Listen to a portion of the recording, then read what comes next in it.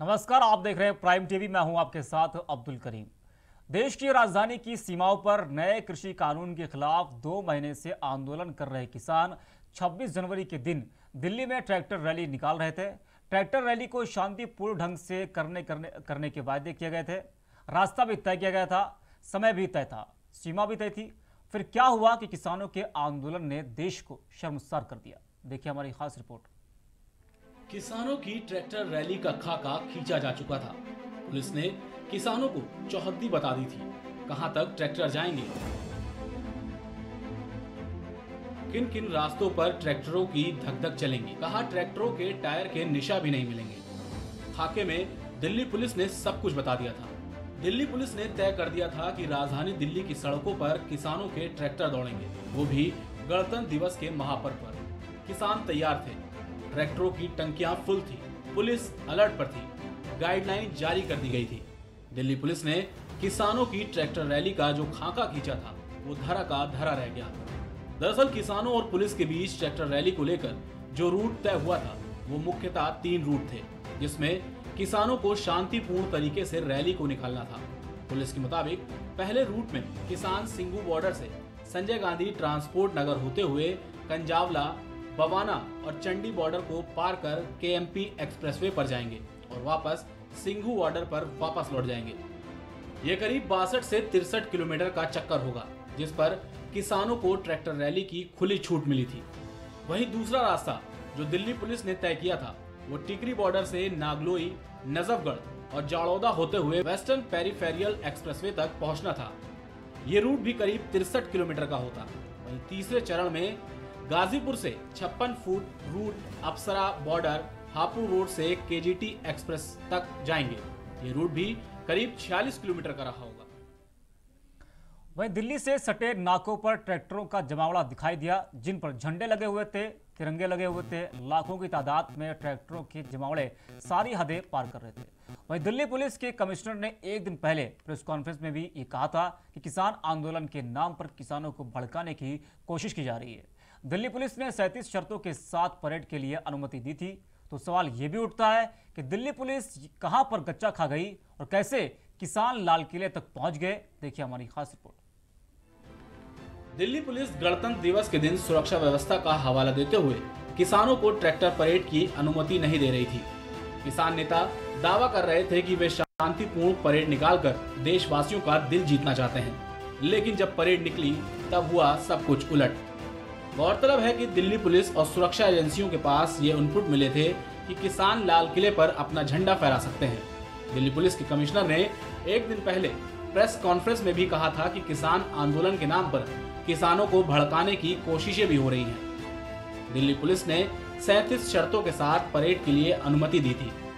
Delhi police input के बावजूद गच्चा खा गई और किसान 26 जनवरी को दिल्ली में प्रवेश की अपनी रणनीति में सफल रहे।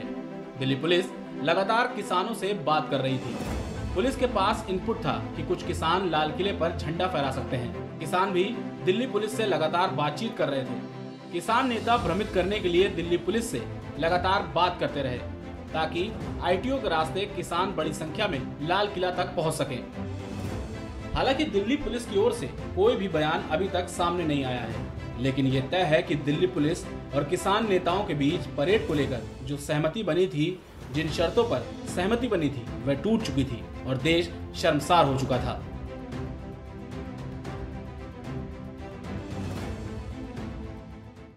और जो फार्मर्स हैं, जो उनकी इच्छा थी कि इसी दिन हम एक किसान रैली भी निकालें, और जब ये ट्रैक्टर रैली निकालें, और जब ये ट्रैक्टर रैली निकलने की बात सामने आती है तो उस रैली का सिक्योरिटी कंसर्न भी बहुत ज़्यादा बढ़ जाता है। तो इन तमाम चीज़ों को ध्यान में रखते हुए जो रिपब्लिक डे का जो सिक्योरिटी अरेंजमेंट है वो डिस्टर्ब ना हो, वो मुकम्मल तरीके से, फेल प्रूफ तरीके से, जिस तरह से दिल्ली पुलिस हर पिछले दशकों से करते आई है, उसको हम मेंटेन रखें। और साथ ही जो किसानों का, जो फार्मर्स का, संयुक्त किसान मोर्चा का, उनकी जो इच्छा ट्रैक्टर रैली के रूप में दिल्ली में आकर उसे निकालने की थी, उसको रेस्पेक्ट करते हुए दिल्ली के 3 जगहों से, जहां पर वो दिल्ली के मुहाने पे जहां बैठे हैं, जो कि सिंघू बॉर्डर है, टीकरी बॉर्डर है और गाजीपुर बॉर्डर है, तो दिल्ली पुलिस के लिए ये एक बहुत ही चैलेंजिंग टास्क होगा, लेकिन हम लोगों ने इस पर विचार कर, ताकि इसका एक पीसफुल और एक डिसिप्लिन्ड सॉल्यूशन हो और एक विन विन सिचुएशन हो, इसको ध्यान में रखते हुए हम लोग इस नतीजे पे पहुंचे हैं। राजपथ पर जैसे ही गणतंत्र दिवस की परेड का समापन हुआ, ट्रैक्टर परेड में किसानों का आक्रोश फूट पड़ा। इसके बाद जो वहां गदर सा मचा, उसकी तस्वीरें पूरे देश ने देखी, पूरी दुनिया ने देखी। एक तरफ जहां हजारों किसान दिल्ली के अलग अलग इलाकों से हाथों में तिरंगा और अपने संगठन का झंडा लिए ट्रैक्टर पर बैठे नजर आए, वहीं दूसरी तरफ कई इलाकों में पुलिस और किसानों के बीच हिंसक झड़प भी हुई। जिसके बाद कयास लगाए जा रहे हैं कि अब किसान आंदोलन का क्या होगा, क्या आंदोलन जारी रहेगा या फिर खत्म हो जाएगा।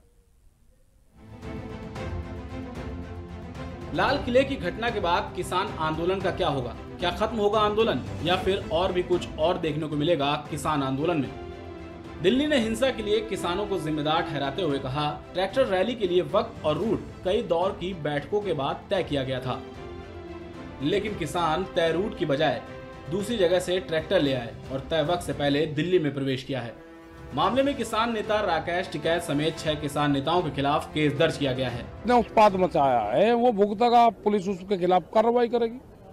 जिसने झंडा फहराया वो कौन आदमी था? मतलब एक कौम को बदनाम करने की बड़ी साजिश पिछले 2 महीने से चल रही है। ये सिखों का आंदोलन है, ये सिखों का आंदोलन है।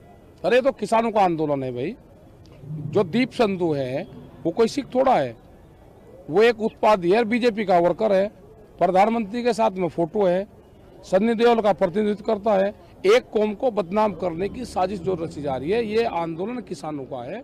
ये आंदोलन किसानों का ही रहेगा।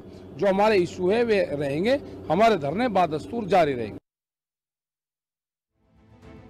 नागलोई थाने में जो एफआईआर दर्ज है उसमें न सिर्फ डकैती की धारा लगाई गई है, बल्कि 39 किसान नेताओं के नाम भी एफआईआर में शामिल है, जो सरकार के साथ वार्ता के लिए विज्ञान भवन जाते थे। इसी एफआईआर में योगेंद्र यादव का भी नाम है। वहीं किसान नेताओं का कहना है कि वो अपनी अगली रणनीति 1-2 दिन में तय करेंगे। आपको बता दें कि किसानों ने 1 फरवरी को बजट के दिन संसद मार्च करने की घोषणा की थी। वहीं लाल किले में हुई घटना के बाद राकेश टिकैत से नाराज राष्ट्रीय किसान मजदूर संगठन कृषि कानूनों के खिलाफ जारी किसानों के आंदोलन से अलग हो गया है। किसान नेता वीएम सिंह ने इसका ऐलान कर दिया है। वहीं वीएम सिंह ने कहा है कि राकेश टिकैत सरकार के साथ मीटिंग में गए। उन्होंने यूपी के गन्ना किसानों की बात एक बार भी उठाई क्या? उन्होंने धान की बात की क्या?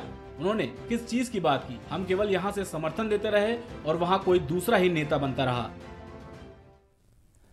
तो वहीं पश्चिम बंगाल में होने वाले विधानसभा चुनाव के मद्देनजर राजनीतिक सरगर्मियां तेज हो गई हैं। कहीं जुबानी जंग हो रही है तो कहीं नारेबाजी हो रही है। इन सब के बीच राजनीतिक पार्टियों से रसाकसी जारी है।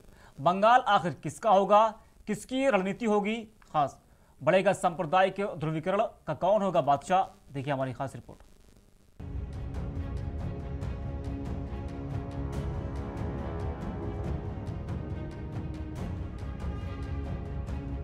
मैदान सज गए हैं, सेनाएं सज रही हैं, योद्धाओं का चयन हो रहा है। हाथी घोड़ों की चाल में ठनक है, जुबानी तोप तलवारें सब लगभग तैयार हो चुके हैं। मैदान बंगाल का होगा और जंग होगी 2 रणबांकुरों के बीच। हाथों में वोट की कटार लिए जनता के रूप में पैदल सेना होगी, जो तय करेगी कि बंगाल के किले का शहंशाह कौन होगा। दीदी के गढ़ में सेंग लगाने इस बार बीजेपी को आसान लग रहा होगा, मगर मैदान में जनता के कटारों की खनक गूंजेगी तो तय होगा कौन है असली योद्धा, किसका है बंगाल।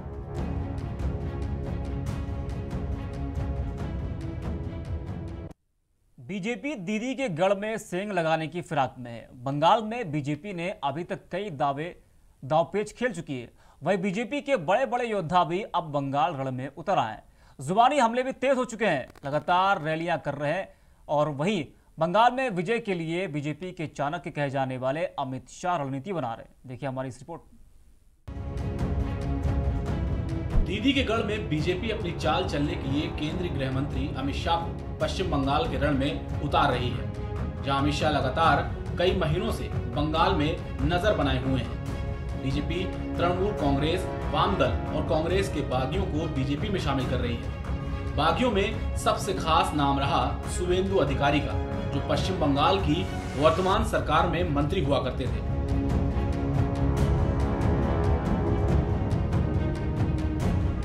वह पूर्व मिदनापुर जिले में राजनीतिक रूप से प्रभाव रखने वाले परिवार से आते हैं।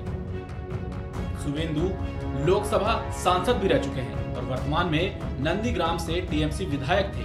ये वही जगह है जहां भूमि अधिग्रहण के खिलाफ आंदोलन की नींव रखी गई थी और जिसने बंगाल से वाम दलों का 34 साल का राज खत्म कर ममता बनर्जी को सत्ता सौंपी थी। शुवेंदु ममता बनर्जी सरकार में नंबर 2 के नेता थे। शुवेंदु समेत टीएमसी के बड़े नेताओं के पाला बदलने से बीजेपी को कितना फायदा होगा और ममता के किले में सेंधमारी होगी, ये तो चुनाव के बाद ही पता चल सकेगा।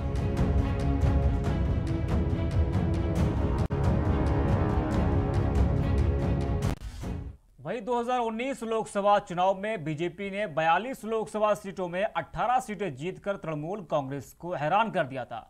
अगर विधानसभा क्षेत्रवार देखें तो बीजेपी ने 121 विधानसभा सीटों पर बढ़त हासिल की है, जबकि टीएमसी ने 164 विधानसभा सीटों पर जीत हासिल की थी। 2014 से 2019 तक पश्चिम बंगाल में बीजेपी की बढ़त शानदार रही। वहीं तृणमूल कांग्रेस दक्षिण और मध्य बंगाल में अपनी पकड़ बनाए रखने में कामयाब रही।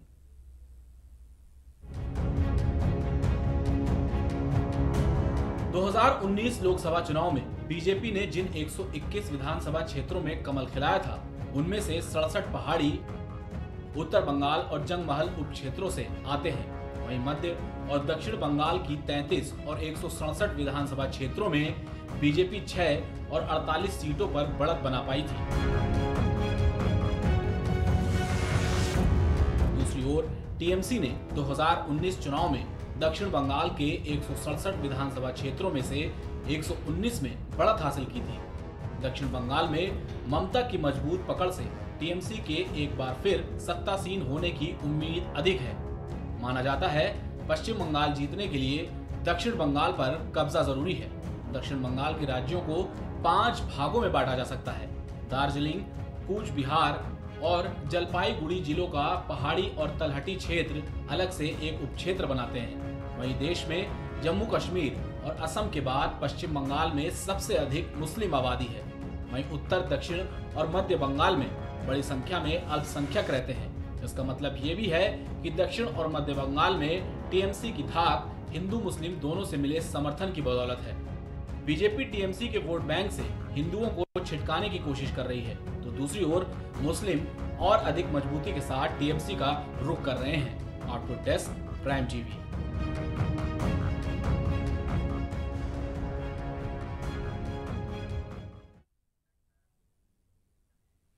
वहीं दिल्ली में ट्रैक्टर परेड के दौरान हुई हिंसा के बाद किसान नेताओं में दरार आ गई है। ट्रैक्टर मार्च में हुए हंगामे के बाद दिल्ली पुलिस एक्शन मोड में आ गई है। कई लोगों के खिलाफ केस दर्ज किया गया है और करीब 200 उपद्रवियों को हिरासत में भी ले लिया गया है। अब किसान आंदोलन में बहुत बड़ा बदलाव हुआ है। 2 बड़े किसान संगठन इस आंदोलन से अलग हो चुके हैं। किसान संगठनों के इतना बड़ा फैसला लेने की वजह क्या है, चलिए आपको बताते हैं अपनी इस खास रिपोर्ट में। देश की राजधानी दिल्ली में गणतंत्र दिवस पर शांतिपूर्ण ट्रैक्टर रैली के दौरान हुए बवाल के बाद दिल्ली में सुरक्षा बढ़ा दी गई है। किसानों की ट्रैक्टर रैली के दौरान हुई हिंसा के बाद कई लोगों के खिलाफ केस दर्ज किया गया है। ट्रैक्टर परेड में हुए बवाल के बाद किसान आंदोलन में भी फूट पड़ती देखी जा रही है। राष्ट्रीय किसान मजदूर संगठन के नेता वीएम सिंह और भारतीय किसान यूनियन 2 ऐसे बड़े संगठन हैं जिन्होंने किसान आंदोलन से खुद को अलग कर लिया है। भारतीय किसान यूनियन का भानु गुट अब आंदोलन से अलग हो गया है। राष्ट्रीय किसान मजदूर संगठन के नेता वीएम सिंह ने किसान नेता राकेश टिकैत पर गंभीर आरोप लगाते हुए कहा कि हम अपना आंदोलन यहीं खत्म करते हैं। हमारा संगठन इस आंदोलन से अलग है। जिसने भी गलत काम किया उसके खिलाफ एक्शन लेना चाहिए सरकार को, क्योंकि बहुत बड़ा मुद्दा है। कृषि प्रधान देश है ये। किसान पहले भी आंदोलन करता था, आज भी कर रहा है, कल भी करेगा। आंदोलन मुद्दों पे होता है, नेताओं पे नहीं होता कभी। और ये मुद्दा ऐसा है 20 साल पहले चला था, आज भी वही मुद्दा है। और जब तक ये मुद्दा हमें गारंटी नहीं मिल जाती खरीद की, ये आंदोलन चलेगा। ये आंदोलन, रुक जाइए 2 मिनट, ये आंदोलन चलेगा, पर इस रूप में नहीं चलेगा मेरे साथ। वहीं किसान यूनियन के भानुगुट के राष्ट्रीय अध्यक्ष भानु प्रताप सिंह ने कहा कि मैं कल दिल्ली में हुई घटना से बहुत ज्यादा दुखी हूं और मैं ये घोषणा करता हूं कि अपने संगठन को अब इस आंदोलन से अलग कर रहा हूं। संगठन के मुखिया ने यह भी कहा कि चिल्ला बॉर्डर से धरना खत्म किया जा रहा है। मैं कल की घटना से इतना दुखी हूं और इतना शर्मसार हूं कि अब मेरा मन चिल्ला बॉर्डर से इस समय काल और परिस्थिति के अनुसार मैं आज घोषणा करता हूं कि अपने भारतीय किसान भानु की जो संगठन का यहां धरना चल रहा था लगभग 58 दिनों से, उसको खत्म करता हूं, समाप्त करता हूं। वहीं किसानों के हमले में घायल हुए पुलिसकर्मियों ने बताया कि एक उग्र भीड़ आई और उन्होंने अचानक लाठी डंडे और जो भी हथियार उनके पास थे उनसे हमला कर दिया। स्थिति इतनी बिगड़ गई थी कि पुलिस को बहुत मशक्कत करनी पड़ी। वहीं किसान नेता वीएम सिंह ने कहा कि इस तरह से आंदोलन नहीं चलेगा। हम यहाँ पर शहीद होने या लोगों को पिटवाने के लिए नहीं आए थे। बता दें कि किसान नेता राकेश टिकैत के खिलाफ केस दर्ज किया गया है। टिकैत पर किसानों को उकसाने का आरोप लगा है और किसानों को उकसाने के कई वीडियो भी सोशल मीडिया पर वायरल हो रहे हैं। हिंसा के मामले में दिल्ली पुलिस ने 22 एफआईआर दर्ज की है। एफआईआर में योगेंद्र यादव समेत 9 किसान नेताओं के नाम हैं। राकेश टिकैत के खिलाफ भी गाजीपुर पुलिस स्टेशन में केस दर्ज किया गया है। टिकैत पर किसानों को उकसाने का आरोप है। इसके अलावा अज्ञात लोगों के खिलाफ भी एफआईआर दर्ज है। हिंसा में 300 से ज्यादा पुलिसकर्मी घायल हुए हैं। पुलिस का कहना है कि हिंसा में शामिल लोगों की पहचान करके गिरफ्तारी होगी। इस मुद्दे पर गृह मंत्री ने दिल्ली पुलिस कमिश्नर के साथ बैठक भी की है। वहीं बॉर्डर पर और भी ज्यादा फोर्स तैनात कर दी गई है। सुरक्षा बलों को अलर्ट पर रहने के लिए कहा गया है। Up to desk prime TV. तो शांति का नारा दिया गया था और अशांति से अब किसान आंदोलन खत्म होता हुआ दिखाई दे रहा है। फिलहाल के लिए खबरों में इतना ही। देखते रहिए प्राइम टीवी।